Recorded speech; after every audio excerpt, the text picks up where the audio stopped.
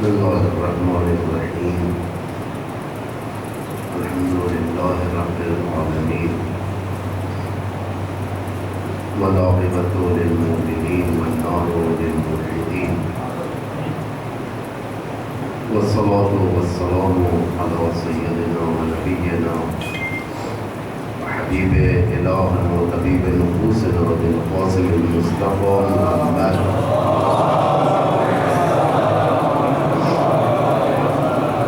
وعلى آله الأطيبين الأطهرين المنتجبين المطهرين المعصومين المظلومين الهداة المهديين والممات المستضعفين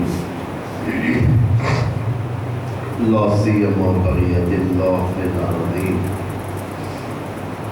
ولعنة الدائمة الباقية على أعدائهم وغاصب حقوقهم ومنكر فضائلهم من يومنا هذا إلى قيام يوم الدين اللهم أجل لوليك الفرج العافية والناس وجعلنا من خير أعوانه وأنصاره وشيته والتابعين له والمستشهدين بين يديه أما بعد فقد قال الحسين بن علي وبذل مهجته فيك ليستنقذ عبادك من الجهالة بحيرة الضلالة صلوا على شرف من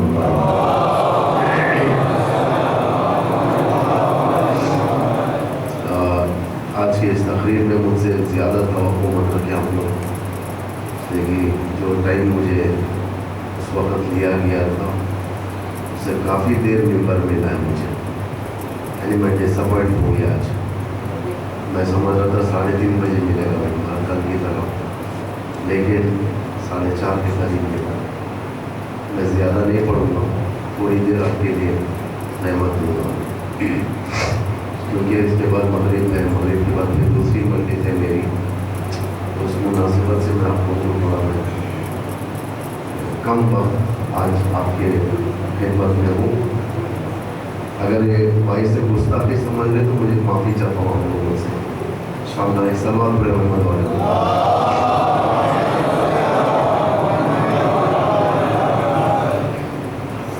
امام حسین علیہ السلام کی شہادت، اولاد کی شہادت، خاندان کی برادروں کی شہادت اور انصار کی شہادت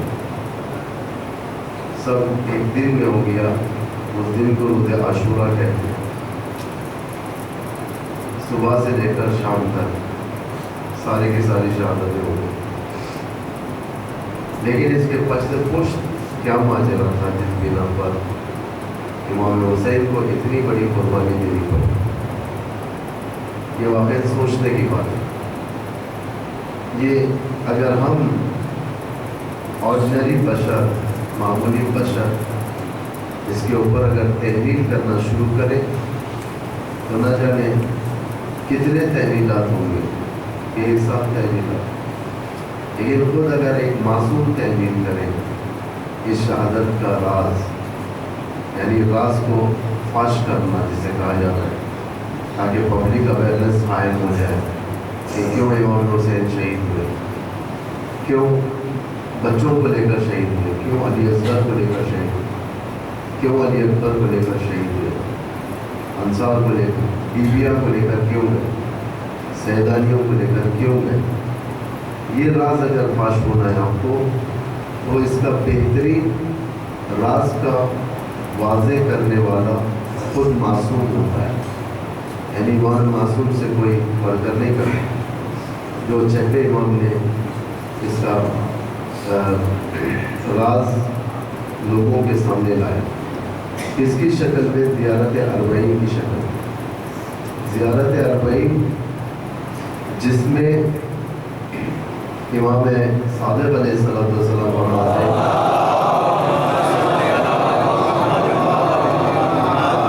وبذل مهجته فيك ليستنقذ عبادك، بذل مهجته کہ خدایا تیری راہ میں انہوں نے اپنا خون دیا تیری راہ میں،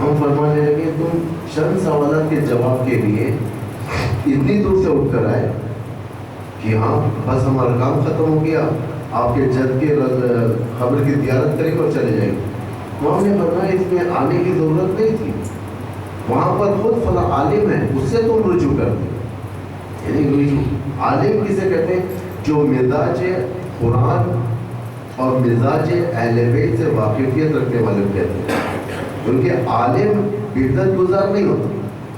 بدعت گزار غیر عالم ہوتے ہیں جو معرفت نہیں ہوتی علم سے، جو اپنے سیلف اسٹائل ہینڈلنگ کرتے ہیں، جیسے کہا جاتا ہے۔ کسی میں بھی عبادتوں میں دیکھیں، کوئی چیز اگر اضافہ ہو رہی ہے، self style rolling, self style عزاداری، یہ زیادہ تر عزاداری کے اوپر آنا چاہیے، عزاداری سیلف اسٹائل سے چلانا، کہ میں اس طریقے سے چلاؤں گا، میری مجلس اس طریقے سے ہونی چاہیے، مثلا فلاں نیازی بڑھنا چاہیے، فلاں کا ٹائم پہ ہونا چاہیے، فلاں جگہ ہونا چاہیے، فلاں یعنی اس میں یہ ٹائمنگ وغیرہ کا میں البتہ اس کا وہ نہیں، لیکن بعض ایسی بدعتیں ہیں جو قوم میں صادر ہو جاتی ہے، باقاعدہ لائی جاتی ہیں، لیکن ہو سکتا ہے جاہلانہ عقیدت سے لائی گئی۔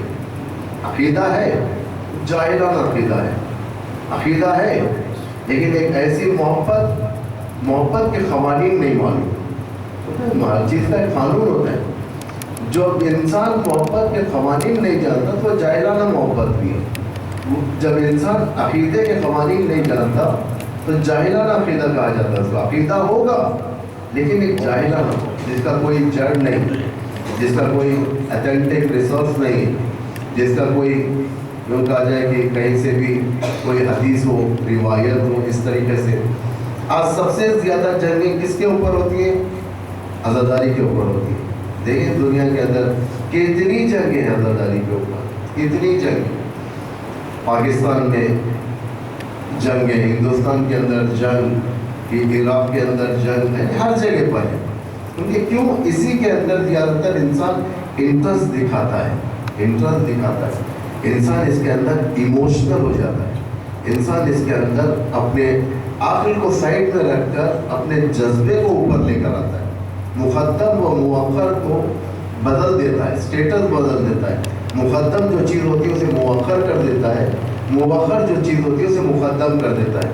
جب اس طریقے سے ہوگا تو دین کا ٹریک کھو بیٹھے گا، انفیکٹ کھو بیٹھے گا، پھر اس کے بعد آپ کو ڈھونڈنے میں مشکل ہو جائے گی۔ اس لیے کافی دقت کے ساتھ، اس لیے امام فرماتے ہیں ہمارے علماء سے سوال کرو، فَاسْأَلُوا أَهْلَ الذِّكْرِ إِن كُنتُمْ لَا تَعْلَمُونَ، اہل ذکر جو جانتے ہیں ان سے سوال کرو، اگر تم نہیں جانتے ہو تو سوال کرو ان لوگوں سے۔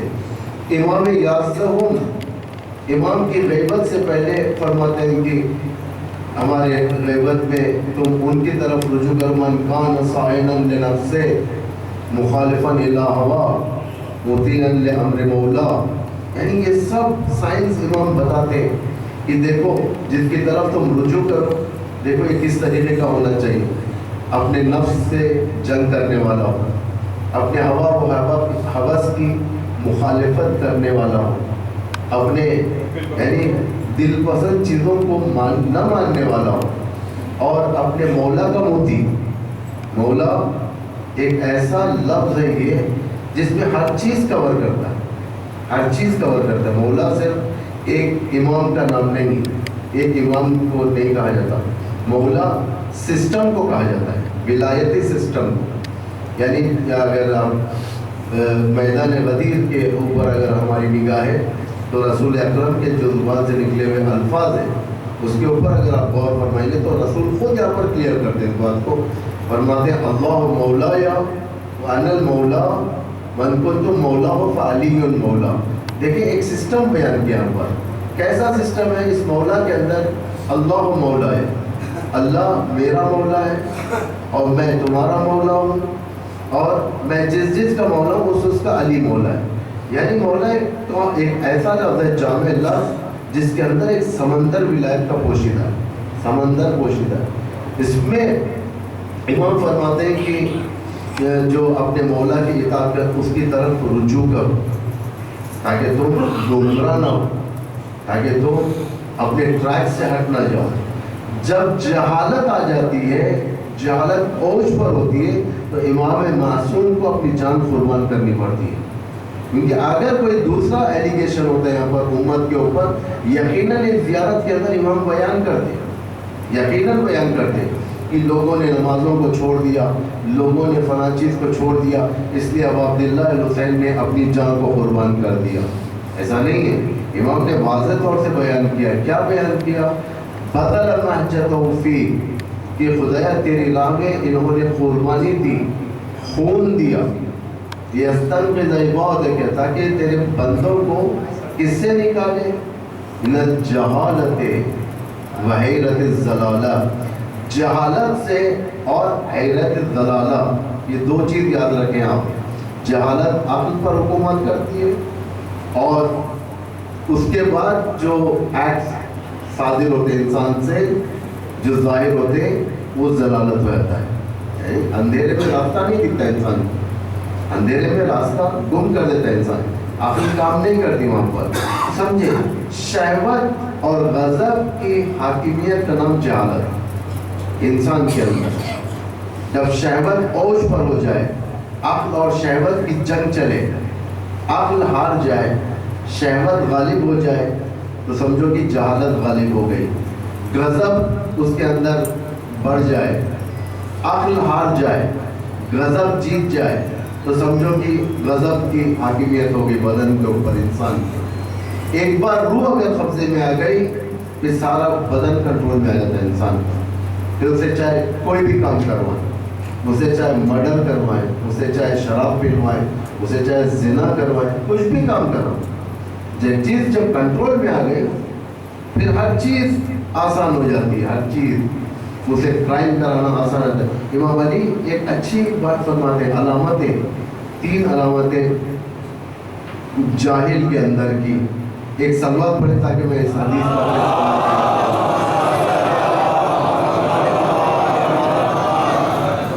ان قلوب الجاہل تستفزها الاطماع. دیکھیں یہ اوصاف اگر انسان کے اندر پائے جاتے ہیں تو ہمارے لیے ایک الارم ہے، ایک وارننگ ہے. اب ہمارے لیے چاہیے کہ ہم پہلے سے ہی کٹا باندھ دیں کہ کوئی ایسی آفت نہ آئے. سونامی آنے سے پہلے ساحلی شہروں پر الارم دے دیا جاتا ہے کہ دیکھو احتیاط کر لو، سونامی کے آثار ہیں، کبھی بھی آ سکتا ہے پانی اندر. تو انسان احتیاط کرنا شروع کرتا ہے. سمندر کے پاس اگر انسان ہے تو وہ دور علاقوں میں جا کر بچ جاتا ہے. پراپرٹی اگر کچھ نقصان ہو جائے تو بعد میں بھی بنائی جا سکتی ہے، لیکن جان بچ جائے، بیوی بچوں کی جان بچ جائے، لوگ دور دور ہو جاتے ہیں. ایک الارم اس لیے بجتا ہے احتیاط کرنے کے لیے. ضروری نہیں کہ وہ اٹیک ہو جائے. احتیاط، اگر احتیاط نہیں کریں گے ضروری شکار ضرور ہو، شکار ضرور ہوں گے، آ کر حملہ کرے گا. وہ دشمن کا بھی یہی کام ہے. جب بھی دشمن کے میزائل کسی ملک کے اندر آتے ہیں، کسی کی میزائل، تو وہاں پر سائرن بچ جاتا ہے کہ ہوشیار ہو جاؤ، بیسمنٹ میں چلے جاؤ، زیر زمین میں چلے جاؤ کہ دشمن کا حملہ شروع ہو چکا ہے، تاکہ تم اپنی جان بچا سکو. اب سب سے بڑی چیز جو بچنے کی ہوتی ہے وہ روح.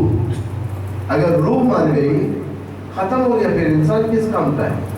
پھر چلتا پھرتا لاش ہو جائے گا انسان، جس کے پاس احساس نہیں ہوگا، جس کے پاس محبت نہیں ہوگا، جس کے پاس عطوفت نہیں ہوگی، جس کے پاس رحم دلی نہیں ہوگی، یعنی جس کے پاس یہ چیزیں نہیں پائی جائیں، یعنی اس کی روح مر چکی ہے.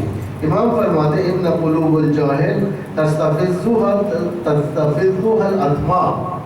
پہلی صفت جو جاہل کے اندر ہوتی ہے، ان کے دل کو لالچ گھیر لیتی ہے. لالچ، بے جا امید، ایک ایسی جگہ سے امید لگا لینا جہاں سے پوری ہونے والی نہیں ہے. دنیا کی پستیوں سے امید لگانا کہ مجھے دنیا یہ کرے گی، مجھے دنیا آگے بڑھائے گی، مجھے دنیا اس طریقے سے کرے گی. دیکھیں ہمارے سامنے کتنے مثال ہیں. امریکہ میں ایک لڑکی، ایران کی ایک لڑکی جو فراری ہے، بھاگ گئی تھی، اس کا نام مسیح علی نژاد. آپ لوگ انٹرنیٹ پہ دیکھ، کافی کردار ہے اس کا، ایکٹیو رول ہے فسادوں کے اندر. وہاں بیٹھ جا کر ایرانی لڑکیوں کو بھڑکا رہی تھی ابھی لیٹسٹ فتنوں کے اندر کہ تم لوگ جو بھی پروٹیسٹ کر رہے ہو، جو بھی کر رہے ہو ایران کے اندر، اس کی کلپ بناؤ اور فلاں نمبر پہ بھیجو۔ بی بی سی بھی یہ کر رہا، بی بی سی بھی۔ اس کے عوض میں یہ لوگ ان سے یہ کہہ رہے تھے لڑکیوں سے، اگر تم کامیاب ہو گئے بھیجنے میں، پروٹیسٹ کے ایک حصے کو کامیاب کرنے میں اگر تم کامیاب ہو جاؤ تو تمہیں ہم ویزا دیں گے، امریکہ کا ٹکٹ دیں گے کہ تم وہاں سے ایران سے نکلو، امریکہ آؤ اور امریکہ میں رہو، آزاد رہو، ننگے سر گھومو، بغیر کپڑوں کے گھومو، کوئی پوچھنے والا نہیں یہاں پر، اس طریقے کے یعنی بے جا امید لگانا۔ اس میں جاہل کیا کرتے ہیں، چلو یہ تو ہمیں لاٹری لگ رہی ہے، اگر میں 10 آدمی کو ٹھہراتا ہوں سڑک کے اوپر، انسٹیگیٹ کرتا ہوں، پرووک کرتا ہوں، پروٹیسٹ کے لیے بلاتا ہوں، خشن کرتا ہوں، ایک کچرے کی کنڈی کو جلا دیتا ہوں، اس کی ویڈیو نکال دیتا ہوں، نکال کر میں اگر اس نمبر کے اوپر بھیج دیتا ہوں تو ہو سکتا ہے میرا ویزا آ جائے گا اور میں امریکہ چلا جاؤں گا، میری زندگی بن جائے گی۔ یعنی اسے ہماری زبان میں کہتے ہیں بلی کے خواب میں چچڑے، یعنی جاہل کے ذہن میں دنیا یعنی بلی کے خواب میں چچڑے۔ جاہل ان چیزوں کو توقع رکھتا ہے جو خود حاصل نہیں کر سکتا، توجہ کریں، جو خود حاصل نہیں کر سکتا۔ جاہل چاہتا ہے کہ میں لیس ٹائم میں ہیوی اماؤنٹ کما لوں، جاہل چاہتا ہے۔ جبکہ ایک بزنس مین کافی ٹائم لیتا ہے، انرجی انویسٹ کرتا ہے، پیسہ انویسٹ کرتا ہے، ٹائم انویسٹ کرتا ہے، بعد میں ایک مبلغ اسے آتا ہے، ایک رقم اسے آتی ہے جو اس کی خون پسینے کی کمائی کی ہوتی ہے۔ لیکن جاہل برعکس یہ خوابوں کی دنیا کو آباد کرتے رہتا ہے۔ جاہل اپنے خوابوں کا خدا ہوتا ہے۔ انسان ہے نا، خالق کتنے ہیں؟ خالق بہت ہے، خالق بہت ہے۔ تبارک اللہ احسن الخالقین، یعنی بابرکت ہے جو سب سے بہترین خالق ہے۔ بہترین خالق کون؟ اللہ ہے۔ اس کا مطلب اس سے ہٹ کے بھی خالق ہے، ہاں جزوی خالق بھی ہے، جیسا حضرت عیسیٰ مردوں کو زندہ کرتے تھے باذن اللہ، یہ بھی ایک خالق تھے۔ انہوں نے چمگادڑ کو بنایا، چمگیدڑ جو بیٹ جو پرندہ ہوتا ہے اس کو بنایا، وہ بھی ایک خالق تھے، اس پرندے کے خالق تھے۔ ہم سب خالق ہیں، لیکن ہماری خلقت کیسی ہے؟ تخیلاتی خلقت ہے۔ ہم اپنے ذہن کے اندر کیسے بھی انسان کو بنا سکتے ہیں، ہم اپنے ذہن کے اندر کسی کو بھی مار سکتے ہیں، ہم اپنے ذہن کے اندر کسی بھی انسان کو پیدا کر سکتے ہیں، ایک آنکھ والے انسان کو پیدا کر سکتے ہیں، ناقص جسم والے انسان کو پیدا کر سکتے ہیں، یعنی خالق ہے ہم۔ جاہل دنیا کا خالق ہوتا ہے۔ جاہل کے ذہن کے اندر ہمیشہ دنیا رہتی ہے کہ لالچ، مجھے یہ چیز مل جائے، مجھے وہ چیز مل جائے۔ دیکھیں کبھی اگر گھر کے اندر ایک باپ کوئی ایک چیز لے کر آتا ہے، اچھی چیز، جس میں جن بچوں کے معمولاً جس کے پاس جہالت پروان چڑھتی ہے، ان کی بات کروں، ہر گھر کی بات نہیں ہے، لے کر آتا ہے اور ہوئی ہے شکایت اس طریقے کی، ہمارے سامنے آئی ایک بار ایک مورد شکایت اس طریقے کی ہے کہ موبائل لے کر آئے بیٹی کے لیے، بیٹا ہو کے کہنے لگا کہ مجھے موبائل چاہیے، اچھا ہے میرے لیے موبائل، بہن سے لے لیا اپنے موبائل، لالچ۔ پھر ایک چھوٹے بچے کے لیے کوئی ایک اور گفٹ لایا، اس کے اوپر بھی جان پڑے گی۔ یعنی جو بھی انسان اپنے لیے رکھے گا، جاہل کی علامت یہ ہوگی کہ لالچ اسے کھینچے گی، یعنی بیجا توقع، بیجا امید، بےہودہ انتظار کسی سے، بےہودہ انتظار۔ ایک آدمی اگر ملنے آئے تو یہ سوچے گا کہ شاید مجھے کچھ دے دے، جاہل کی علامت ہے، یہ سلیوشن نہیں ہے، یہ بیماری ہے۔ اگر اس طریقے کی اگر دل کے اندر یا اپنے وجود کے اندر یہ سائنس پائے جاتے تو یہ وارننگ نہیں ہے۔ دوسری چیز جاہل کی ہے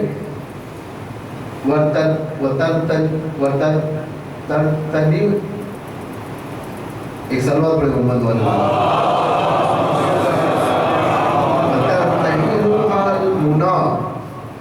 دوسری چیز جاہل کی ہوتی ہے لمبی آرزو، لمبی آرزو، یعنی جاہل موت کو بھول جاتا ہے، یعنی اس کے ذہن میں موت نہیں رہتی، قبرستان کو جاتا ہے پھر بھی قبروں کو ایسا تصور رہتا ہے اس کے پاس کہ موت اس کے لیے نہیں ہے، بقیہ سب کے لیے، انبیاء کے لیے موت ہے، علماء کے لیے موت ہے، بڑے لوگوں کے لیے موت ہے، ہر ایک کے لیے۔ جاہل اپنے آپ کو نہیں سمجھتا۔ جاہل کیا کہتا ہے؟ اگر 90 سال بھی ہو جائے اس کے، 90 سال بیڈ ریڈن ہے، موت آنے والی ہے، لیکن وہ بھی توقع کرے گا کہ مجھے اب چند دن اور زندہ رہوں گا۔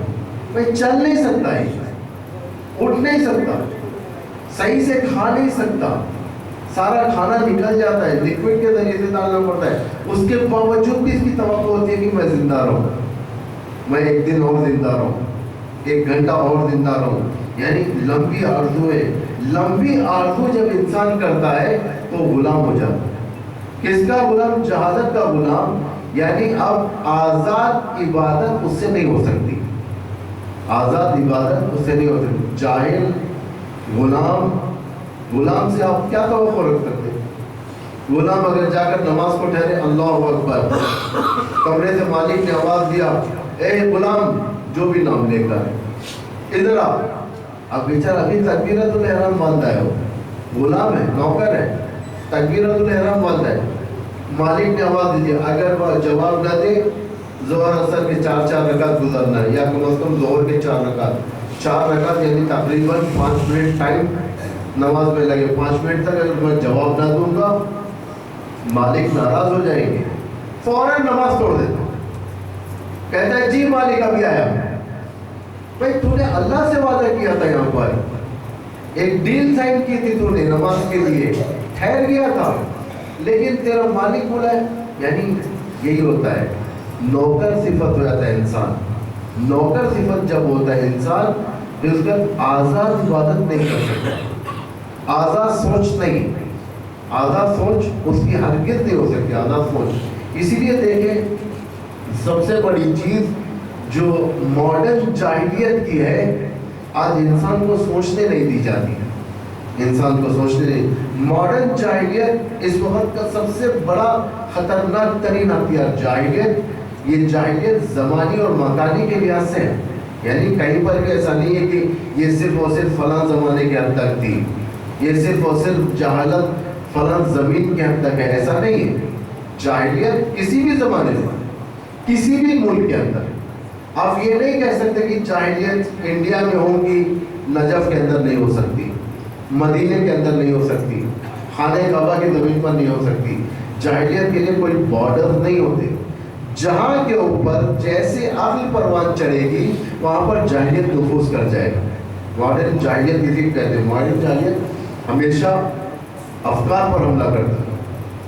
جاہلیت افکار پر حملہ کرتی ہے، یعنی ذہن کے اوپر، پہلے ذہن کو کنٹرول کرتی ہے۔ کس طریقے سے؟ شہوت، غضب۔ حضرت آیت اللہ خامنہ اپنے تقریر میں فرماتے ہیں، علم کا سوء استفادہ کرنا، علم کا۔ عالم بہت ہیں دنیا کے اندر، عالم سے مطلب آپ صرف امامے والوں کو مت ڈھونڈیں، ممبر پر آنے والوں کو مت ڈھونڈیں، عالم پڑھے لکھے ہوئے بہت ہیں۔ علم کا سوء استفادہ کرنا، جہالت، اور علم کے ذریعے سے کشتار کی پالیسی پیدا کرنا، علم کے ذریعے سے، یعنی لوگوں کا قتل ٹیکنالوجی کے ذریعے سے۔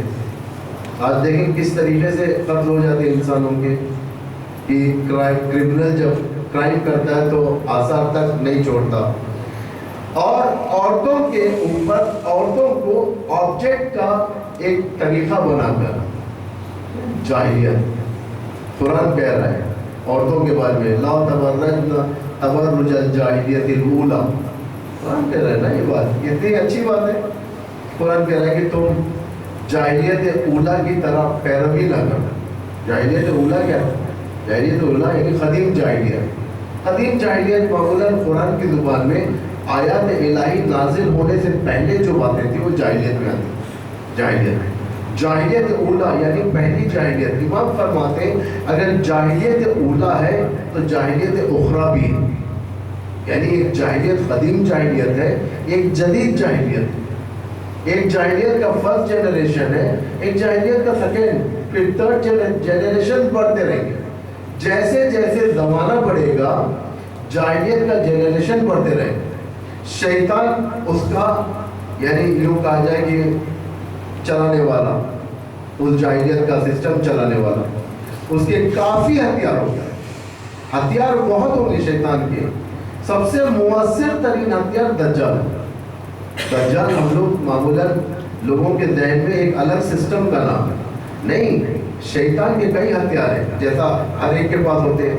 کسی کے پاس چھوٹی چاقو ہوتی ہے، کسی کے پاس خنجر، پھر تلوار، اس کے اوپر پستول، پھر اس کے اوپر مشین گن، کلیشن کو، اور نہ جانے کیا کیا ہوتے ٹینک، میزائل، یہ سب. یعنی ہتھیار کے ورائٹیز الگ ہوتا ہے. سب سے بڑا ہتھیار جو ہوتا ہے وہ خطرناک ترین ہوتا ہے. یعنی زیادہ ڈیمیج کر سکتا ہے، کیجولیٹیز زیادہ وبا کر سکتا ہے.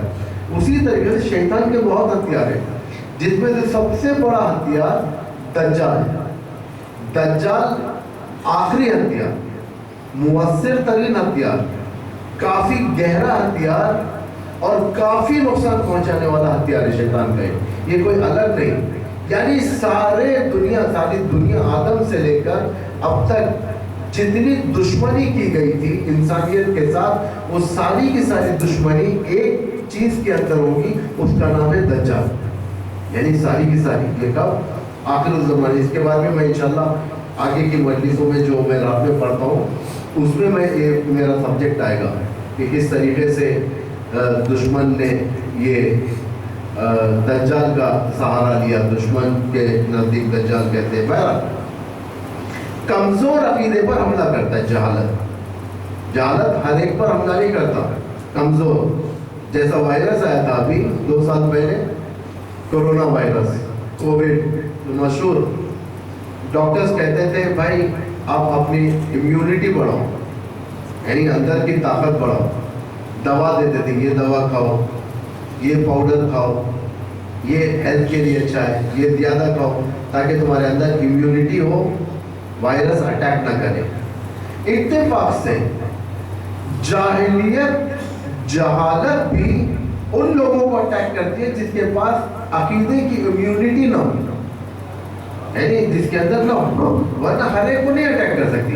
اگر میں ایک نئی چیز پیش کروں آپ کے سامنے تو آپ پڑھے لکھے اگر ہوں گے، آپ کہیں گے کہ مولانا یہ جو چیز آپ پیش کر رہے ہو، جو قوم میں رائج کرنے جا رہے ہو، آپ پہلے اس سے ثابت کرو، حدیث سے ثابت کرو، یا آیت سے ثابت کرو، یا تقریر معصوم، یا فعل معصوم، یا قول معصوم.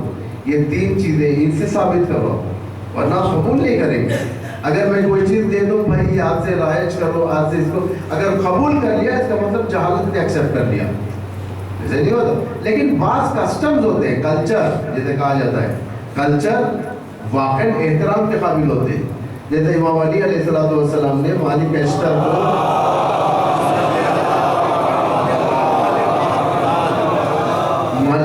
کو جب مصر بھیجا تھا، انہوں نے اپنے عہد نامے میں مالک اشتر کو لکھا تھا، لیکن مالک اشتر گئے نہیں تھے، راستے میں شہید ہو گئے تھے. ایک خط مشہور ہے مصر کے نام، اس میں لکھا تھا اے مالک جہاں پر تم جا رہے ہو وہاں پر لوگوں کے درمیان کچھ رسومات ہیں، اس میں اچھے بھی ہیں اور برے بھی ہیں. جو اچھے ہیں ان سے چل لینا لوگوں کے درمیان، لیکن جو برے ہیں اسے جڑ سے اکھاڑ، یعنی ہٹا دو. اگر کوئی رسم جاری کرے، مثلا بعض رسم جاری کرتے، باپ کہتا ہے اپنے بچوں سے اب شب جمعہ کم از کم 5 فقراء کو تم کھانا کھلاؤ گے، یہ اچھی رسم ہے. آپ یہ نہیں پوچھ سکتے کہ یہ کس روایت میں لکھا ہے، کس آیت سے ہے یہ، یا کسی سے. یہ اچھی رسم ہے، اس کو حفاظت کرنی چاہیے. ایک باپ، امیر باپ کہتا ہے کہ میرے بزنس میں سے اتنے شیئر ہیں جس میں سے ایک شیئر فقراء پر خرچ ہونا چاہیے. قانون بنا دیتا ہے، ایک رسم بنا دیتا ہے، ایک فرہنگ کریٹ کرتا ہے وہ اپنے کمپنی کا کہ فقراء کی مدد، اس میں تعلیم، اس میں تربیت، ہر چیز ہو.